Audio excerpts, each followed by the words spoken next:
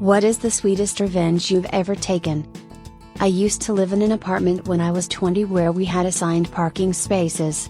I worked 2 jobs, one in the day and then one at night. My hours were from 7 a.m. 3 p.m. and then from 4 p.m. to 12 a.m. As you can imagine, when I would come home, I would be dead tired. We had assigned spaces at this particular apartment complex.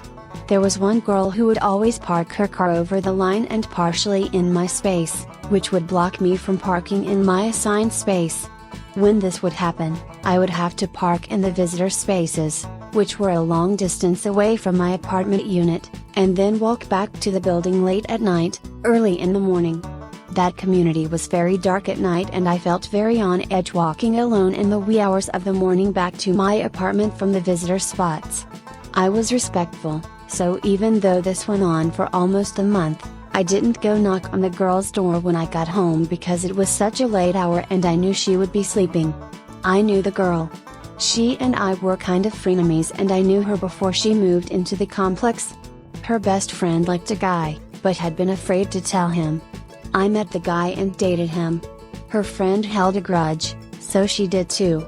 She didn't realize I lived in the apartment community, but we saw each other after she moved in and we realized that our spaces were side by side.